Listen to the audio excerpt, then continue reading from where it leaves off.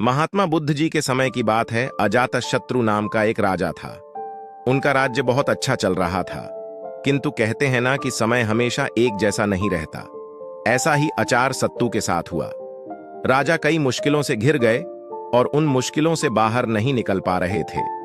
उन्होंने कई युक्तियां अपनाई, लेकिन असफल रहे। एक दिन उनकी मुलाकात एक तांत्रिक से हुई।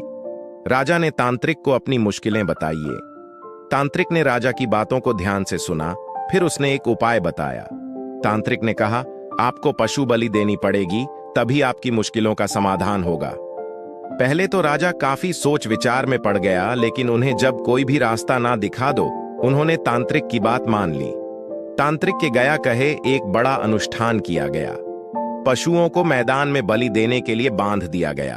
संयोगवश उस समय महात्मा बुद्ध राजा के नगर में पहुंचे। वे उसी स्थान से गुजर रहे थे जहां पर राजा ने अनुष्ठान कराया था। महात्मा बुद्ध ने जब देखा कि निर्दोष पशुओं की बलि दी जाने वाली है, तो वे राजा के पास गए और बोले, राजन, आप इन निर्दोष पशुओं को क्यों मारने जा रहे हैं? राजा बोले, महात्मा जी, मैं इन्हें मारने नहीं, अपितु राज्य के कल्याण के लिए इनकी बलि देने जा रहा हूं, जिससे सारे राज्य का कल्याण होगा। महात्मा बुद्ध बोले, क्या किसी निर्दोष जीव की बलि देने से किसी का भला भी हो सकता है? थोड़ा सा रुककर महात्मा बुद्ध ने जमीन से एक तिनका उठाया और राजा को देते हुए बोले, इसे तोड़कर दिखाइए। राजा ने तिनके के 2 टुकड़े कर दिए। बुद्ध बोले, इसे अपूर्ण जोड़ दें। राजा बोले, महात्मा जी, यह आप कैसी बातें कर रहे हैं? इसे तो अब कोई भी नहीं जोड़ सकता।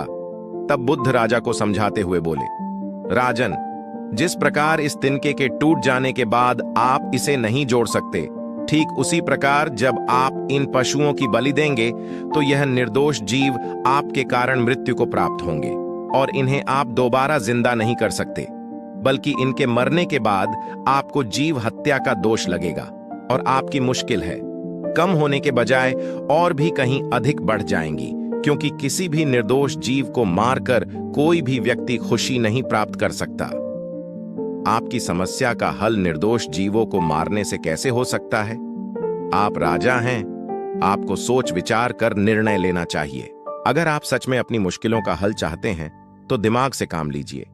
मुश्किलें तो आती जाती रहती हैं, यही जिंदगी का सच है।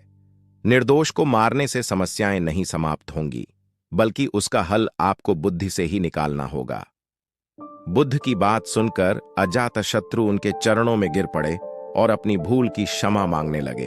अजातशत्रु ने ऐलान करा दिया कि अब से उनके राज्य में किसी निर्दोष जीव की हत्या नहीं की जाएगी।